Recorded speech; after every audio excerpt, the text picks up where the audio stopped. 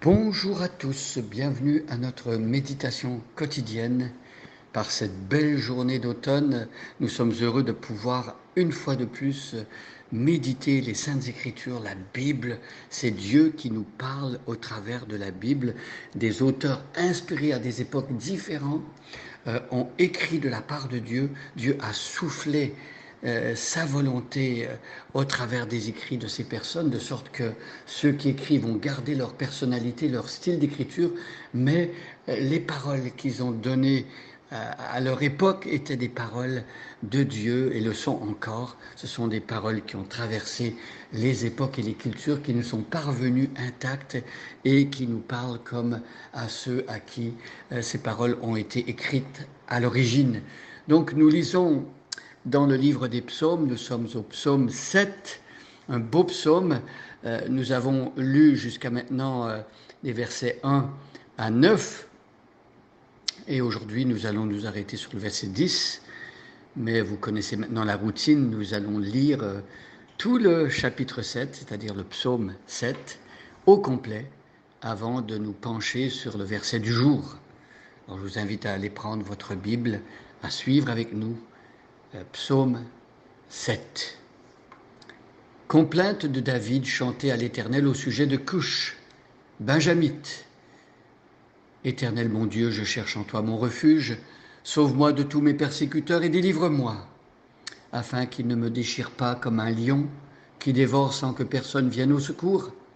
Éternel mon Dieu, si j'ai fait cela, s'il y a de l'iniquité dans mes mains, si j'ai rendu le mal à celui qui était paisible envers moi, si j'ai dépouillé celui qui m'opprimait sans cause, que l'ennemi me poursuive et m'atteigne, qu'il foule à terre ma vie et qu'il couche ma gloire dans la poussière.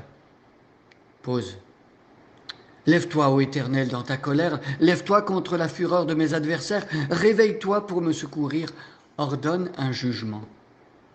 Que l'assemblée des peuples t'environne, monte au-dessus d'elle vers les lieux élevés. L'Éternel juge les peuples. Rends-moi justice, ô Éternel, selon mon droit et selon mon innocence.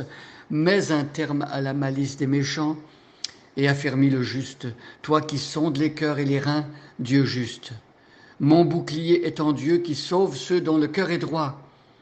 Dieu est un Dieu juste. Dieu est un juste juge. Dieu s'irrite en tout temps. Si le méchant ne se convertit pas, il aiguise son glaive, il bande son arc et il vise. Il dirige sur lui des traits meurtriers, il rend ses flèches brûlantes. Voici le méchant prépare le mal, il conçoit l'iniquité et il enfante le néant.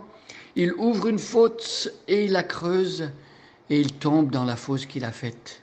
Son iniquité retombe sur sa tête, et sa violence redescend sur son front.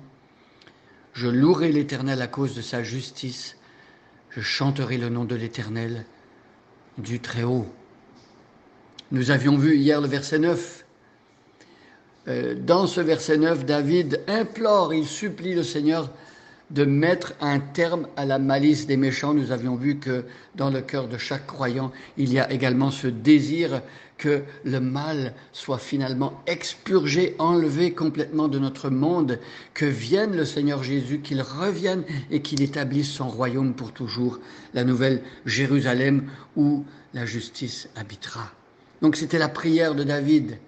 Et il prie également affermis le juste. Donc vivre dans un monde injuste, vivre dans la méchanceté, c'est difficile pour ceux qui ont connu le Seigneur, qui ont à cœur de vivre selon sa parole. Et donc le croyant a besoin d'être affermi. Et celui qui nous affermit, c'est celui aussi qui sonde nos cœurs et nos reins. C'est le Dieu juste qui nous transforme de gloire en gloire à l'image de Jésus-Christ. Aujourd'hui, nous lisons le verset 10. Mon bouclier est en Dieu. Dieu qui sauve ceux dont le cœur est droit. Mon bouclier est en Dieu. Alors, d'où David tient-il son courage? D'où vient-il à David qu'il soit protégé, qu'il soit en sécurité? Eh bien, le texte ici nous le dit très clairement.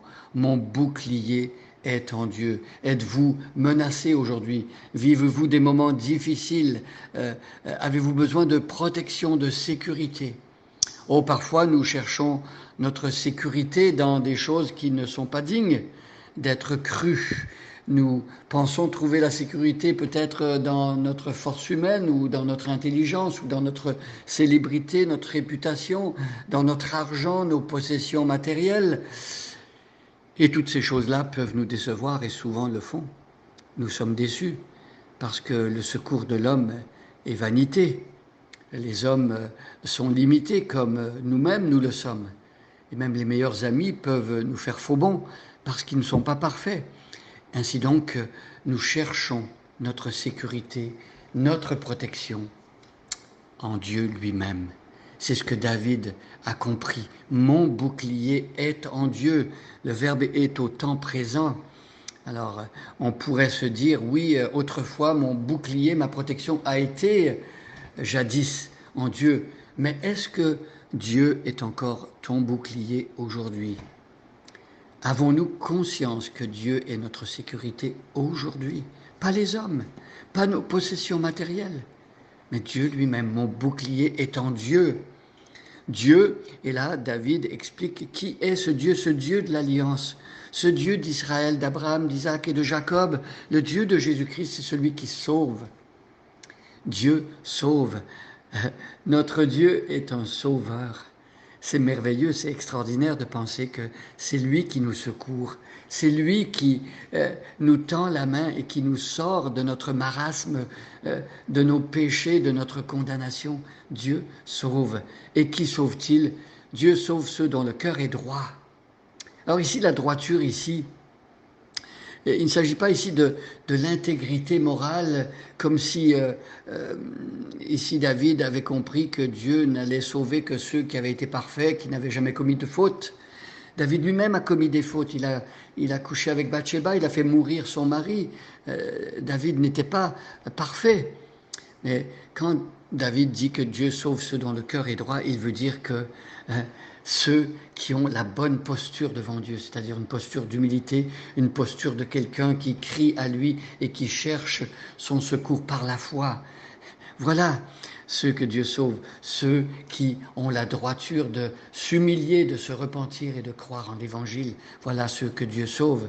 Et ceux-là, ils ont le cœur droit parce que Dieu transforme leur cœur. Dieu leur donne ce cœur nouveau, un cœur régénéré et transformé. Nous remercions Dieu aujourd'hui parce qu'il est notre bouclier, notre sauveur, celui qui nous transforme et qui nous donne un cœur droit par le sacrifice et les mérites de Jésus-Christ. Bonne journée à chacun et à chacune et soyez bénis.